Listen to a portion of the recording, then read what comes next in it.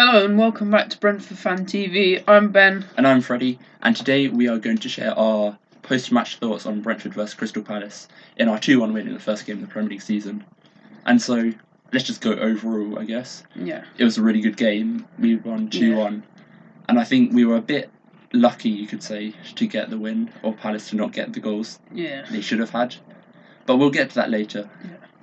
And so, I'll say my first initial thoughts after 20 minutes were, I thought players were struggling. They just didn't look ready. I thought Roslev struggled, Ayer struggled, and I thought Jensen wasn't really getting in the game.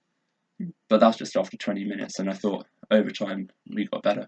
Yeah, I felt like we did have quite good moments in the game where we were going out attacking, playing free-flowing football.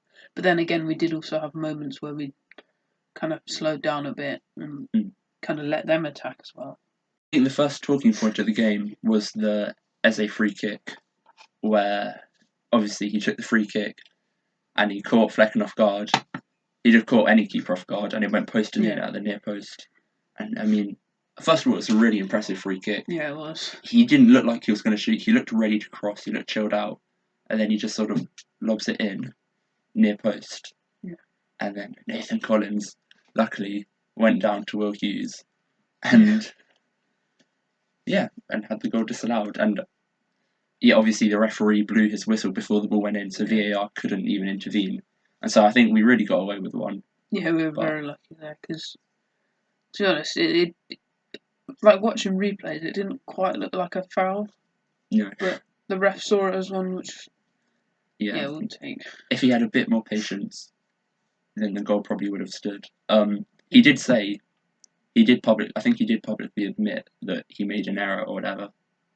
And I think he's a young referee, and so he's going to make mistakes, but hopefully he'll be a better referee in the future. Yeah. But we take it. But I do think it evens itself out because, as I said in an interview, I hope it evens out for them in the future. But it's just evened out for us from the past because Damsgaard scored a volley from the edge of the box last season against Sheffield United, and then a player tripped over Collins, and VAR disallowed it when it was never a foul, and so it's kind of evened itself out for us now. Obviously, it now needs to even out for Crystal Palace somewhere. But you could move on to our first goal. Yeah, this is a good team goal with the passing from Norgard to Wissa and then that through ball down to Mbeumo, which Mbeumo, continued from there and scored a great goal and made it look ridiculously easy. Yeah, I think it's a really good team goal where we started out playing from the back, played it through the CDMs into Wissa and then to Mbeumo, and I think Mbeumo makes it look really easy, but it's not an easy finish. Like beating a defender and then putting it past the keeper, not easy at all. And so that was great, of course. Yeah. And Wissa got the assist from Mbeumo, and it continued their link up that's so good. In the second half, it looked like we did slow down a little bit, like go to sleep like we'd done quite a lot last season. And in that time, they were able to get a goal back, which unfortunately was a Pinnock own goal. Yeah, I thought it was a bit unlucky. He couldn't have done too much about it, unfortunately, but it's just unlucky. I think it doesn't take away from his overall performance, which was very good. But then not long after that, they then scored another goal, which was disallowed for offside. And I haven't watched any replays myself, but I saw someone say on Twitter that with a show an angle or something that the goal should have stood and it wasn't offside. But I'm going to presume VAR didn't get an offside wrong, and I haven't heard too much uproar about that. Yeah, I don't think VAR at this point is getting offsides wrong. Yeah, hopefully not. But then Wissa made it 2-1 to us with. It was a good goal. No, it was a lucky goal. I think Collins knocked it towards the keeper. Henderson spilt it onto Wissa, and Wissa just walked it in.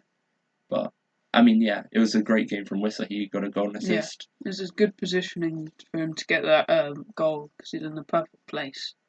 And that goal makes it 3 games in a row for Wissa where he scored and assisted, which I think is great. Yeah, no wonder that Wolves want him for like 25 million, although we've said we're not going to sell him. And I think he really deserves the plaudits he's getting. He plays really well for us, that striker. And also next up was Carvalho's debut. He didn't really get to show himself off much. I think he was being played up front in a front two when we moved to the 5-back. But he had maybe 1 or 2 moments in the corner with Collins. But really, not too much to say. He didn't have much time to make an impact because all the goals had happened by then, and there wasn't really much to do. Yeah, and also in the celebrations after the game in Freed from Desire, it looked like he was being shown how it's done at Brentford with Wissa with the celebrations, and he looked like he enjoyed himself. But one thing I noticed about the game, which I think is kind of new for this season, when we're playing the 4-back, we've gone from a 4-3-3 to kind of a 4-2-3-1. That's what I think, because we're playing Norgard and Jenhout both as 6s, and then Jensen kind of plays as a 10, which I think did work at points very well in the game, and I thought it didn't work at points during the game, because I feel like Jensen at number 10 sometimes just goes missing. I can't really remember anything that he did in the game. No, I can't either. And for your number 10, you want them to have an impact. So maybe if we continue to do that, hopefully Damsgaard or Carvalho can go in that role and have a big impact. Yeah, they definitely changed the game if they were playing that sort of role. Yeah. With the passing ability of Damsgaard. Probably the same with Carvalho. Yeah. But also, I think we should go on to...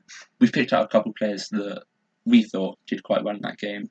So I'll go first. I thought Flecken had a very good game.